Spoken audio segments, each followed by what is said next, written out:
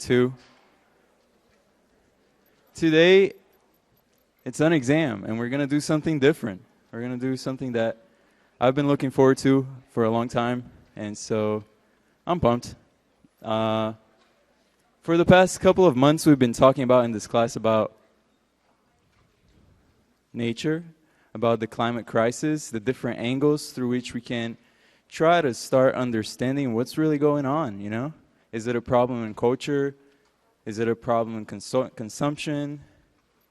Do we need different laws? Do we need ourselves to make the action? Is it on corporations? And personally, when I was taking the class, I feel like at this point, I was very confused because I didn't know the answer to those questions. And I feel like I can speak to Jen's intention is not to tell you from where the problem is and what you should do. These are a bunch of different things that we can consider. But in my day-to-day life, I found that, you know, I don't know what to do. I don't know how to take action. I don't know how to start approaching a problem that's so big and involves so many emotions. When you start really remember the video of the birds with the plastic, and there's plastic everywhere. And so how is me not buying water bottles? And, you know, that train of thought, you know how it goes? And it just keeps going. So today, I invited DJ, who has been a mentor to me, a teacher, and has inspired me through her perspective. And I think when looking into part 3 of the course and looking at the possibilities of things that we can do, we have, as a generation, a great privilege to learn from the people that were here before us. I feel like indigenous people, they were able to live in this very land for thousands and thousands of years and master the concept of sustainability, you know, that we struggle so much with nowadays, and connecting with the earth and being able to honor the inner aspect of the human experience through their culture. However, that's very outside of my surroundings. I didn't grow up with that around me. I didn't learn about it from anywhere in school. And so today we have the opportunity to, personally, I have the opportunity to step a little bit out of my shoes and see the world through the lenses of a perspective of a person who sees it differently. And so, welcome, DJ. I'll let you introduce yourself. And thank you. Yes. Thanks, everyone. Hold on a second.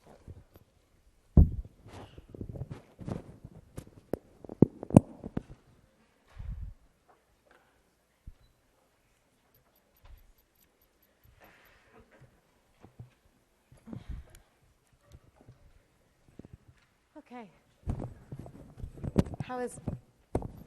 I might have to hold it a little bit closer, but that's okay. All right. Can you guys hear me okay? Can I get like a thumbs up? Like, yeah, especially in the back, you can hear me okay still? Okay. I like how in 100 Thomas, they've worked on the acoustics so much that even though I'm trying to project my voice, it still sounds pretty, quiet down here. I don't sound too loud. So if folks in the back, if you let me know that I'm not loud enough at any point, that's good so that I know, how to adjust. So again, my name is DJ, or Danna Jayne Seballos. I'm the instructor for this course called Seed 400N. Is anyone a seed student? A seed major? I'm surprised. Okay, I would assume that a few people. So in this class, it's called Exploring the Indigenous Ways of Knowing in the Great Lakes region. It's a really long title to say that, hey, we're going to talk about indigenous ways of knowing, but we want to make sure that we're specifying it to tribes in the Great Lakes region. So even though across the world, indigenous people still make up about 10% of the population right now, tribes and their way of knowing is very local, okay? I'll talk more about that in a moment. So when I say the Great Lakes region, I'm specifically talking about the Odawa, the Potawatomi, and the Ojibwe people. But I myself am also indigenous to a different land. I am Filipino, indigenous to the islands of the Philippines, and I'm also Lebanese, and I grew up right outside of DC. So There's a way where my exploration of my identity or understanding what indigeneity is intertwined with how I grew up, how my mother raised me, how I grew up in my family and on this earth mother. But more specifically, it's also been connected to how I've seen and experienced indigeneity among the Ojibwe, right? The course that I'm an instructor for spends 2 weeks every May with the Ojibwe in northern Minnesota. So today, I really, really welcome any moment you want to pause, kick out a question, and so forth. But know that the knowledge that I'm going to be sharing with you, it's going to come from my heart, it's going to come from my experience, and it's going to come from my, my time with the Ojibwe people as well in northern Minnesota. So, by the way, my main gig here at Penn State is the Assistant Director for World in Conversation. So I really like engagement, and we'll try to pause periodically to just check in with you all. All right. So let's just start with maybe our baseline knowledge that all of us could maybe share right now. When we're growing up I'm assuming a lot of us are growing up in this history being taught to us facing the West. And we're kind of taught that, at least here in the United States and this region of the world, colonization is what helped develop this land territory. Our history starts with all of these colonies here, up and down the East Coast, and that the Ohio River Valley, this open, more barren area, was land to be seized and land to be taken, and that, that maybe indigenous people were there to be dominated, or, maybe we're taught that indigenous people don't even exist, right?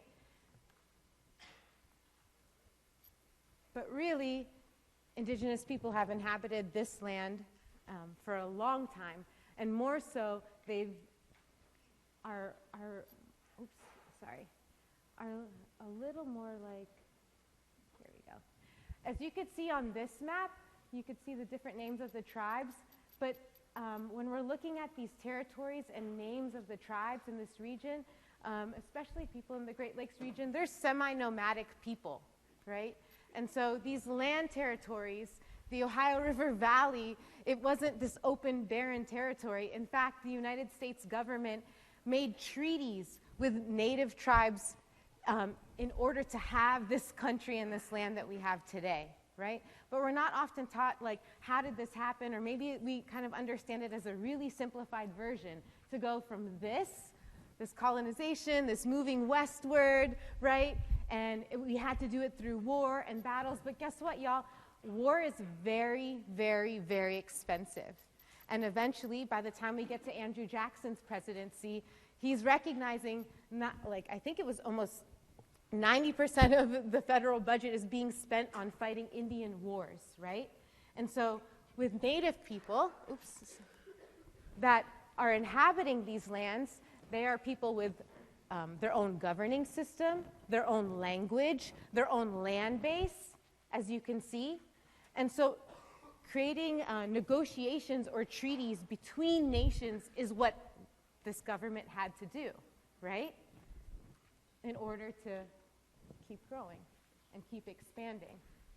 But two major things are critical in understanding what's happened to indigenous people, at least in this nation, right, in this country.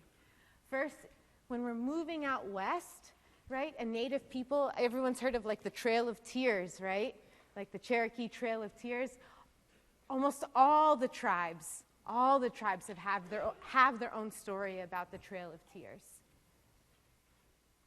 So when Native people were moved off of their home regions and onto reservation territory, right, in 1887, the federal government created what's called the Dawes Act, where it's saying to a Native person, I don't know if I can just go over here to one of you, right? They're saying to a Native person, hey, you're on this reservation territory now. Thanks for ceding your land to us. We've signed a treaty saying you're ceding this land to us.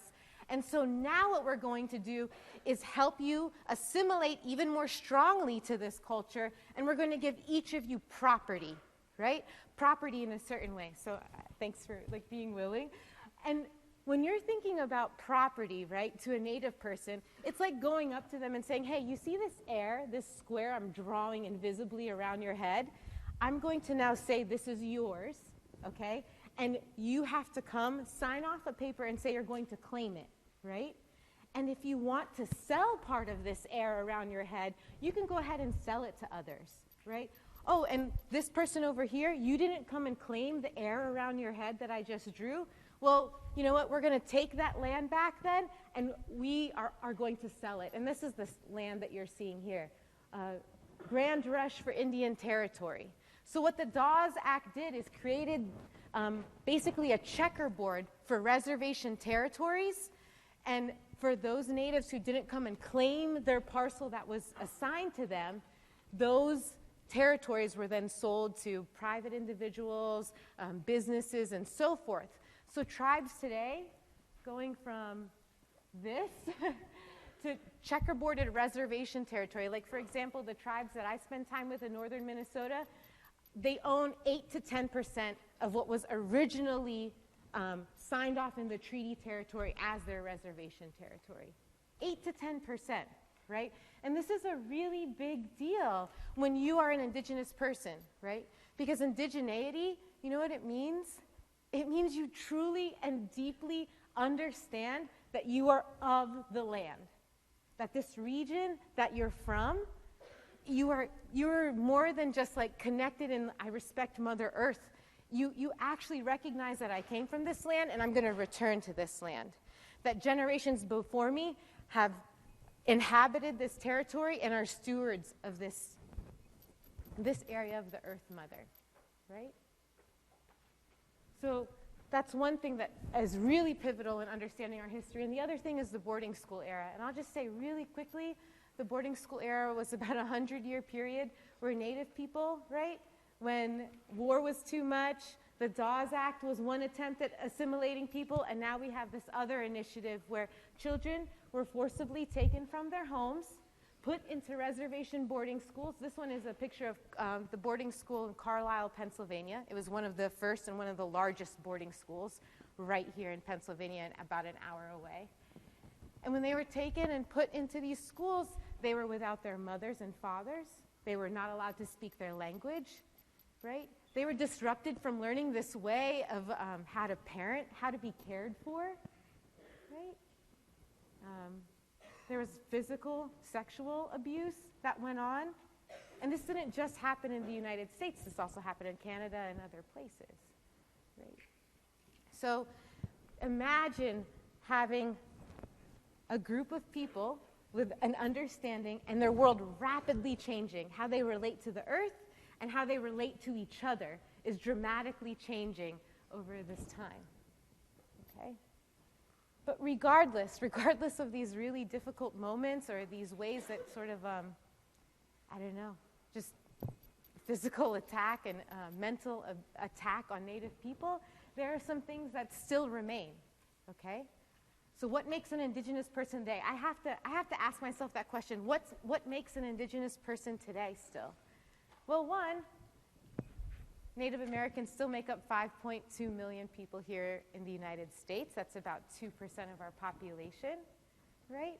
And there are these ways of knowing that as a Filipino person who's also indigenous, when I went to the reservation and I saw these ways of knowing alive, I started to make sense of, oh, this is how my mom taught me, or like, I just started to understand myself a little bit better. So what I'm going to do in the next couple minutes is just walk you through what are some core pillars in an indigenous way of knowing that even exist today still, right?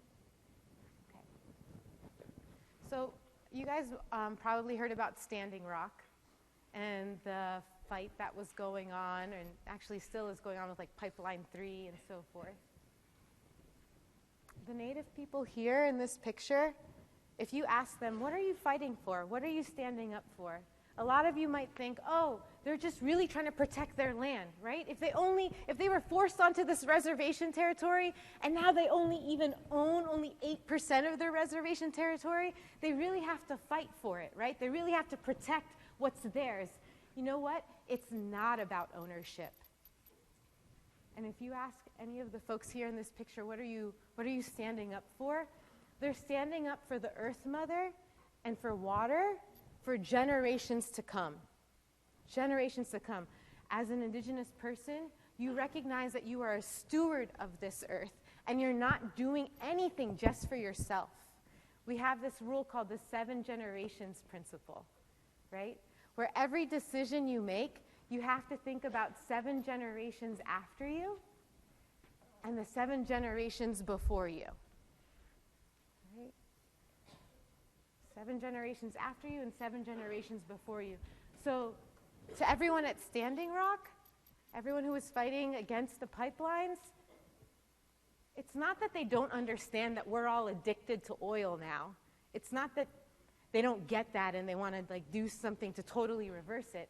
It's that things are getting more and more critical, and they recognize the stake that we all have, and they recognize the responsibility that they have to honor the previous generations and honor and protect what's to come for the next generation. So there's a lot at stake for everyone here. And that's rooted in knowledge being local, right? I kind of mentioned that earlier. For Indigenous people, knowledge is local. You understand that I'm from this territory. When a Native person, and they're following a certain traditional way, you know how long it takes them to introduce themselves? They introduce their land base, they introduce their tribe, the clan that they grew up in or were born into, they introduce their grandparents' names, they say the names of their children, and they could go on for a few minutes, right? And that local knowledge isn't to boast, here's my family name and this is what we're about. It's to actually show you, and the person that they're meeting, like me meeting you, it's to show you the limits of my knowledge. Indigenous knowledge is not about, I think a lot in science right now, we're looking for proof of concept, right? Something that's going to apply more broadly and can be tested over and over again and get the same result.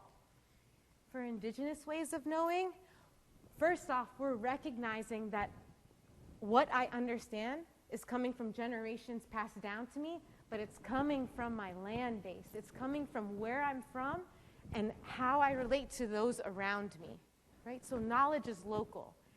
It's limited, and it's okay. Like for me, introducing myself to you, it was really important for me to say hey, I got my master's in labor, but I want to talk to you guys about indigeneity, and there are some limits around my knowledge. I'm going to speak to you today about my experiences and what I've learned from Ojibwe people and from how my mother raised me, right? I'm setting up limits for what I can share with you, but I'm open to it, right? Knowledge is local. So, wait, before I go on, does anyone have any questions about that, knowledge being local? Can I get just one? I'm going to ask 2 people. Can 2 people tell me what you're understanding so far about knowledge being local?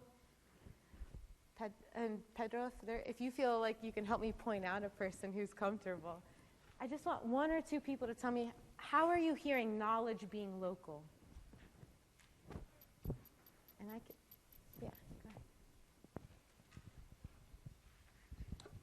What I'm understanding from it is that basically Native peoples, they don't expect to know everything just for the sake of knowing. They can only apply what they know from what they've learned from their ancestors and from their experiences in working with their land and their people. Mm-hmm. And then to that specific situation, they're not going to try and overextend their knowledge where it doesn't belong necessarily. You're hitting the nail on the head for one of the points.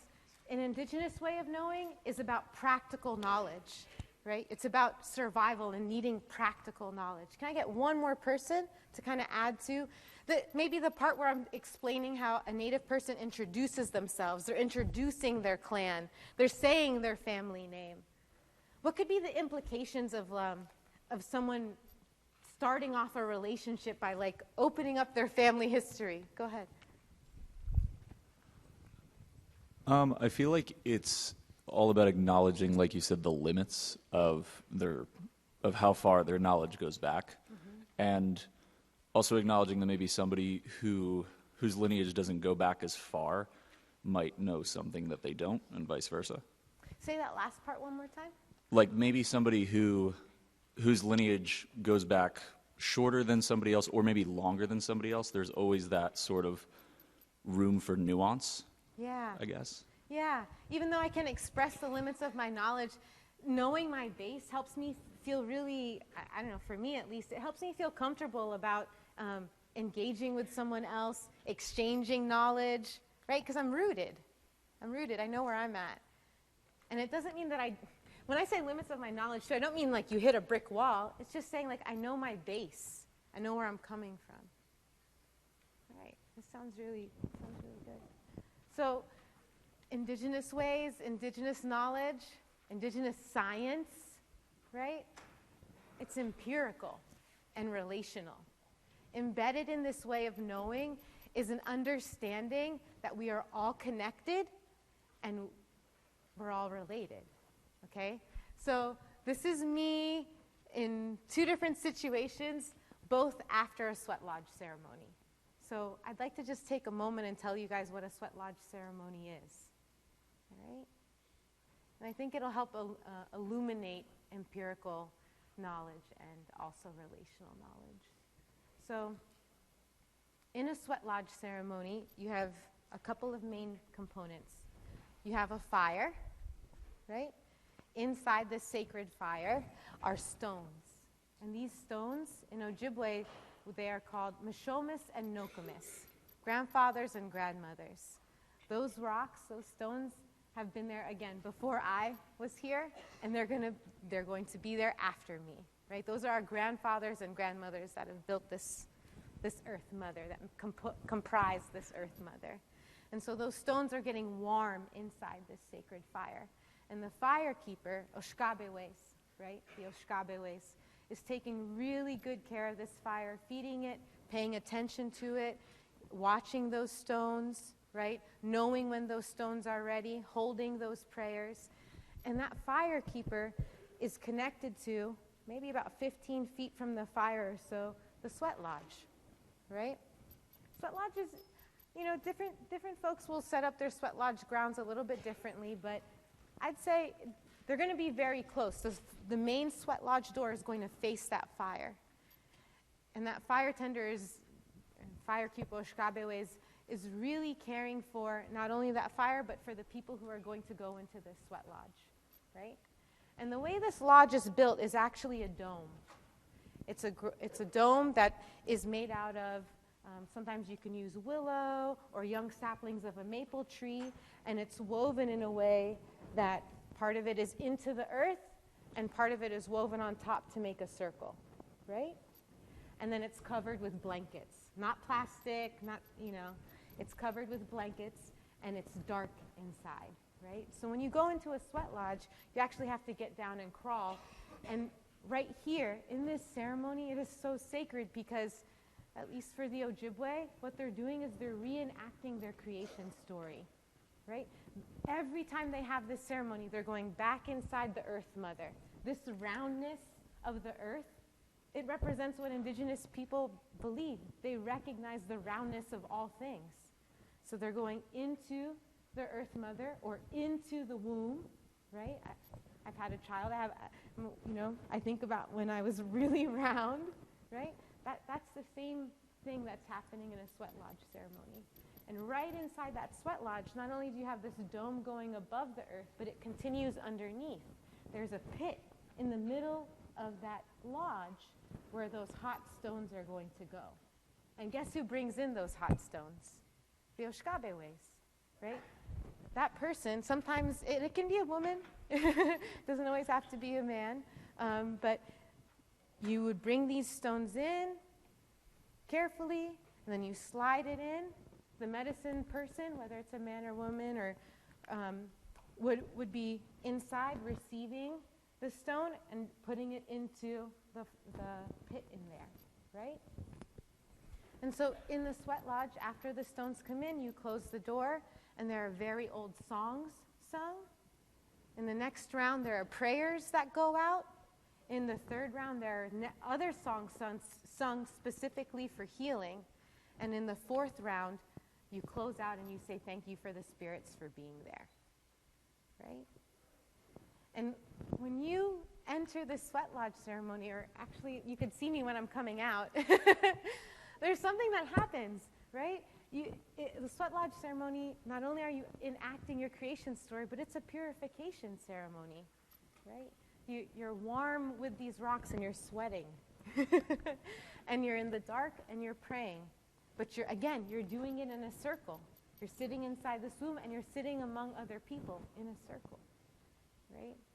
And so what I'm trying to show you here is that this ceremony is very, very old. Indigenous Ways, when we repeat what our ancestors did before us, it's not just for the sake of repeating. It's for the sake of restoring balance. Indigenous Ways are spiritual. And when I say spiritual, it's like saying the veil is very thin. Like us alive on this plane right now and entering into the spirit world, it's a really thin veil. And so by practicing these ceremonies, by connecting to your creation story, by connecting with other people and then sending out your prayers together, we're recognizing that the ability for spirit to be there is right there, right? It's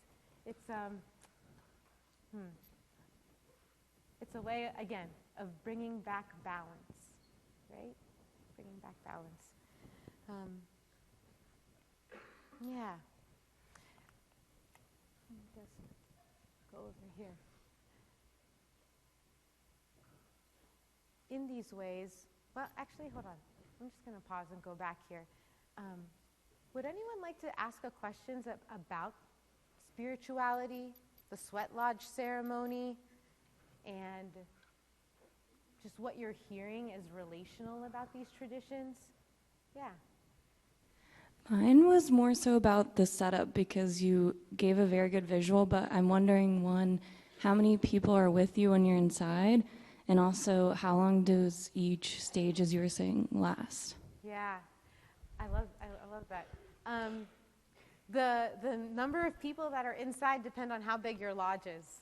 So I've seen some where only like 4 people can fit in, and I've seen, oh man, there are, and different tribes will have different traditions in their sweat lodge. Like I know some Blackfeet who will, they have the hot rocks, and in their healing part of their ceremony, they bring in salmon, right? And they will share that fish after like going through a period of sweating and purifying, and we'll share some nutrients with everyone before the closeout. And their lodges are huge. Like their pit, like for the Ojibwe tradition, you hold about 28 stones. For them, there's about 40 stones in, right? So, and each round will go as long as the people need it to go. So I've been in ceremonies that have been 2 hours long, right? And I've been in ceremonies when a lodge is just built and they end up doing 13 rounds, and it's taken 4 hours. You get breaks in between. You're not just like sitting in there the whole time. Yeah. Sometimes people will say like, oh, Native people, or oh, those Indians are always late, and sometimes I'll play around with that. But you have to understand that doesn't just come from this idea of like not caring about time. It's just having a different relationship with time. We do things, ceremony takes as long as it needs to take. Like if I'm running late to something, usually a lot of the time you just have to trust that it's because I was very present for what was in front of me, right? So, any other questions? Spirituality, relational knowledge. Oh, yeah. Oh, we'll go right behind him and then, yeah. I just wanted to know, is it like, when do you decide that you're going to go to one, or when do you decide that you need one? And is it like a very emotional experience, like kind of a draining experience afterwards? Yeah, I think when it's your first time, it's very emotional. And how do you know when you're ready? I mean, I've brought my daughter in at like 6 months old, you know. I've been in a lot of lodges where there are kids or elders. But the thing is like maybe you don't stay all 4 rounds, right? Like if a kid says like, okay, we sing a song in the first round and they're ready to go, like then they leave after the first round, and that's okay. So there's a lot of believing in your own connection to the Great Spirit and trusting no matter what age you are that you have that connection. Did I leave any other questions? Did I answer it all? How do Indigenous people interpret Western cultures now, sort of taking in those practices? Like, how do you yourself interpret that? Mm-hmm. And then, wait, say that question one more time. So, interpret like having to marry, like living in a more Western world, but then also sort of like I've noticed in some spiritual practices, like what you described has sort of been replicated in like ayahuasca ceremonies or different types of ceremonies. Yeah, so like that's rooted in Indigenous culture, but it's not always presented in that way. So how do Indigenous people, or how do you feel about that? Okay, so there are a lot of different ceremonies, whether it's the sweat lodge ceremony. You guys may have heard of ayahuasca medicine ceremonies. Maybe you'll travel down to Peru one day and do a dieta or something, you know.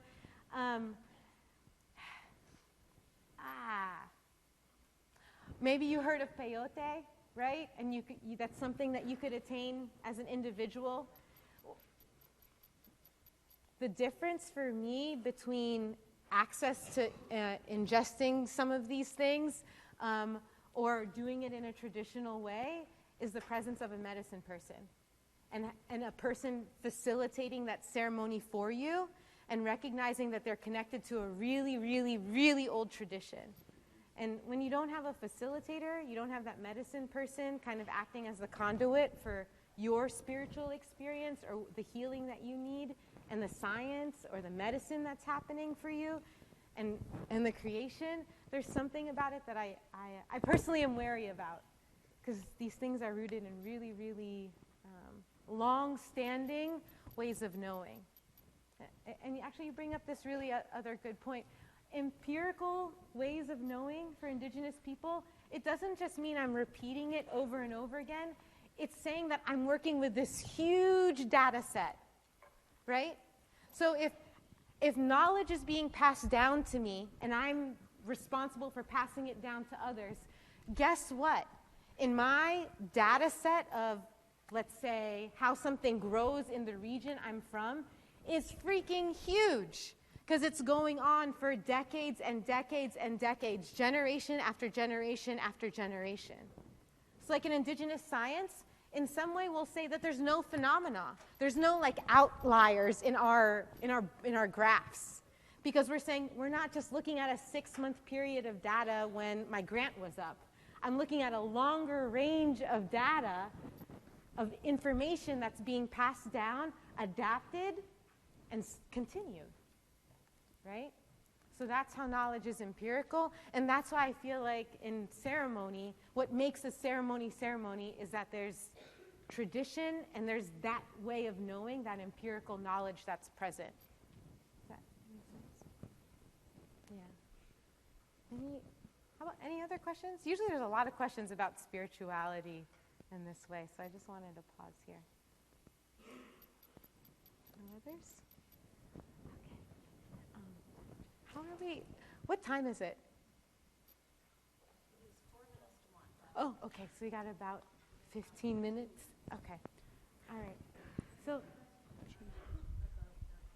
Oh, yeah. Hi. Is there a set religion that you follow, or is it more just spiritual? I don't even know what I would That's call a really good question. So, in this tradition, the one that I've been taught. Well, one, for me personally, I grew up Catholic, in a region that was, my mother's territory was colonized by the Catholic Church, and we're very devout in that way. it's complicated for me, and I would never take any of that back, the way that my mom raised me. But there is a part of me, especially having gone to the reservation, that's like trying to reach back for something, you know? I did a home birth, by the way. Like, I didn't go to a hospital, I did a home birth. And my mom was really uncomfortable with it. I thought she would be more comfortable because I thought I was doing something that could be more familiar to, like, where we're from. But no, she really wanted me to be in a hospital and make sure that I would be okay. Indigenous people, what's common, I guess, with like maybe the Catholic faith and other indigenous aspects of spirituality is that for Indigenous ways, they're monotheistic, right? You might have this idea that Indigenous people believe in many gods because they're out in nature and there's the sun god or there's like a rain dance that you do. It's not that. Native people believe that if there's a God to be found, and that is your personal journey to understand how real that is, but if there is a God that exists, it exists in nature, right? So they're monotheistic, right? And in terms of religion versus spirituality, there's tradition, right? Like I've been saying, in these ceremonies, there's specific things that you do. There's a way that you set up your sweat lodge. If you're Ojibwe, you're setting it up and you're facing the east, but if you're Lakota, you're setting it up and you're facing the west, right? So there's tradition, kind of like how religion has a tradition that dictates behavior, dictates how you practice, but there's a lot more autonomy in how you develop your relationship to creation, or how you develop your understanding with the Earth Mother or Grandmother Moon, right? So there's something there that religion doesn't account for, I think, in Indigenous ways. Did that answer your question? Yeah. Other thoughts?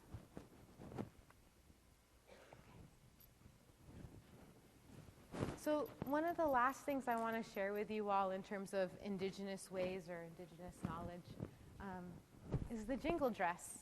And like I said, my story is a little complicated. I'm Indigenous from the Philippines. My mom is Indigenous, but I grew up in this country. Oh, I met my husband on the reservation, too. And I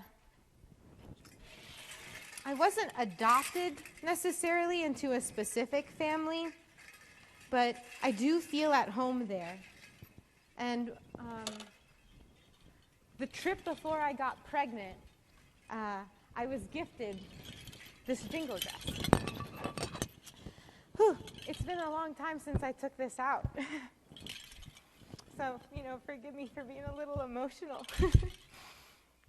But I wanted you guys to hear it. This is good medicine, these jingles on this dress. Ojibwe people in particular, they believe that healing is in the air, right? Medicine is also in the air. It's not just something you ingest. And so hearing these jingles is part of healing. And during the pandemic, there was a Ojibwe professor at the University of Minnesota who started doing a lot more research on the jingle dress. So you guys are able to look this up. Y'all are able to look this up after this class.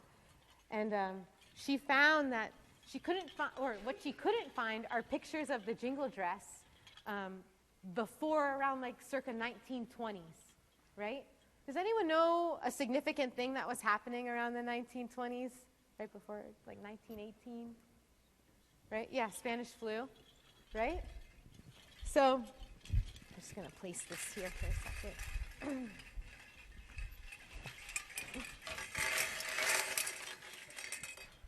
So the story of the jingle dress is that a man who had a daughter that was very sick had a dream.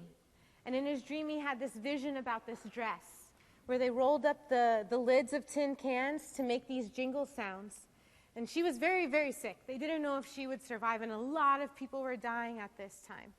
And so when he had this dream, he saw the sacred colors. He's heard the jingle dress and how it should be shaped and how it should be made. And he saw the dance. And in a jingle dress or a jingle dance, you always step going forward right? There are a lot of different dances, different kinds of steps, right? But in the Jingle Dress, you always step forward. And so he and his wife made the dress. They gave it to their daughter, and the story goes that she became well.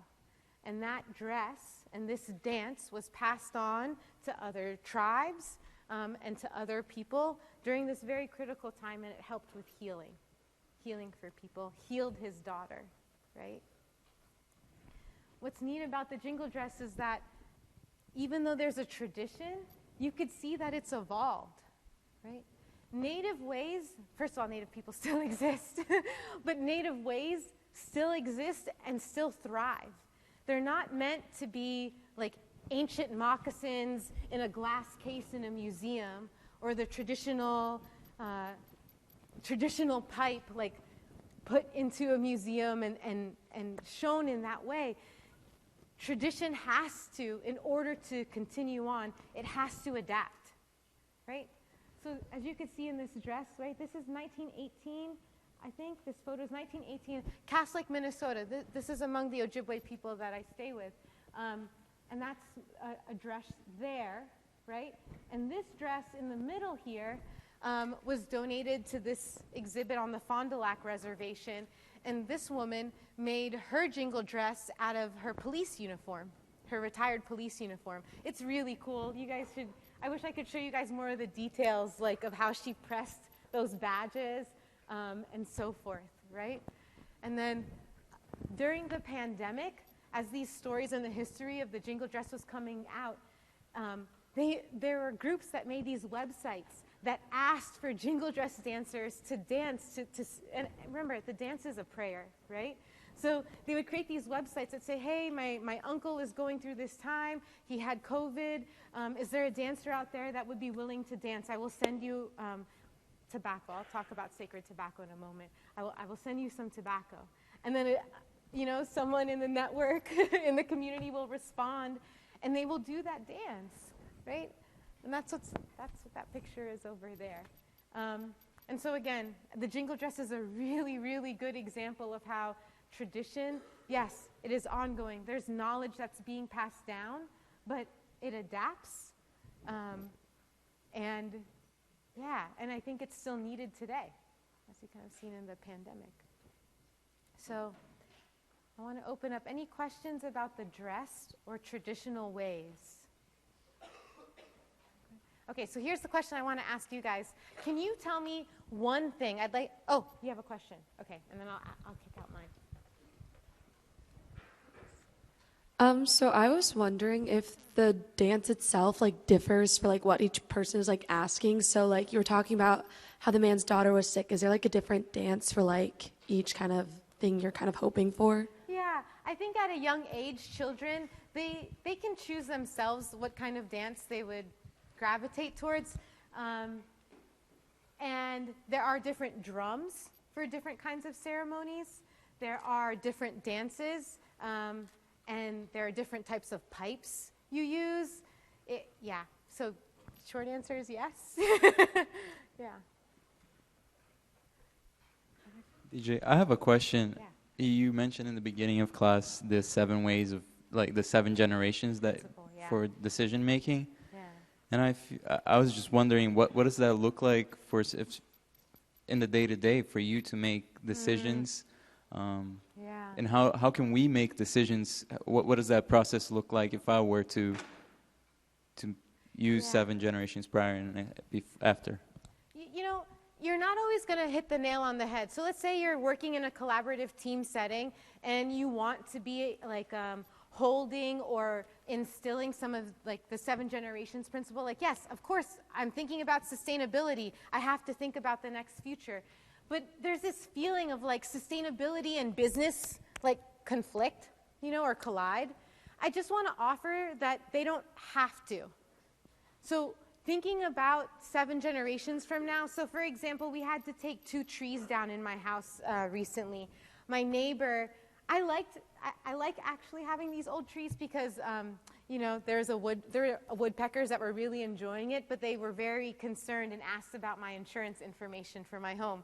So I figured, okay, let me take these trees down to have good relations with my neighbor. And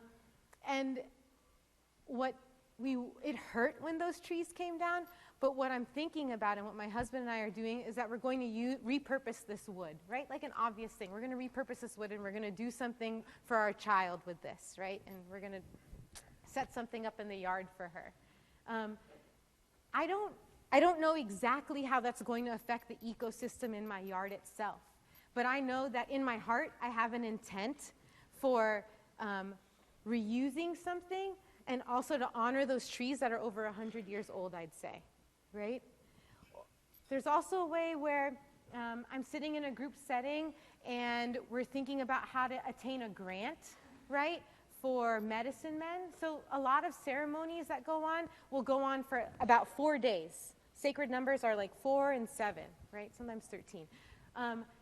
And it's hard to maintain a job if you have this responsibility as a medicine person in the community, and then you're like, oh, a funeral happened, I'm being called, can I take off the next 4 days? Sorry, it's really sudden. It doesn't usually work in this society, in the way we, structure workplaces a lot of the time. And so my friend had started this 501c3, and she's looking to create grants for medicine people, right?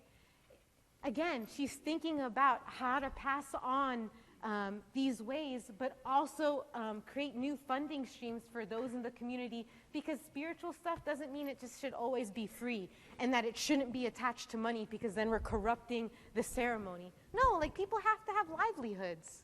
Right? So I guess a complicated thing I'm trying to describe is that just know that the 7 generations teaching, it's not always about like checking off certain criteria. It's just also a mindset shift that you need to have when you're applying, whether it's a business situation, a scientific approach, or how to handle family dynamics, you know?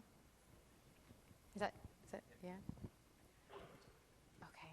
So as someone who gives these talks ever so often, I'd like to ask for your help really quick. I need like 3 people to tell me at least one thing they heard today that was different, that like broke a myth or added to a new aspect about Native ways or Native people here on in this region that you haven't heard before. I just need a little bit of feedback. What's something that you haven't? Yeah. Clothing like the jingle dresses, you would think stuff like that would be super traditional, like way back, but it only started in like the 1920s. Yeah, it's not even that old. Yes.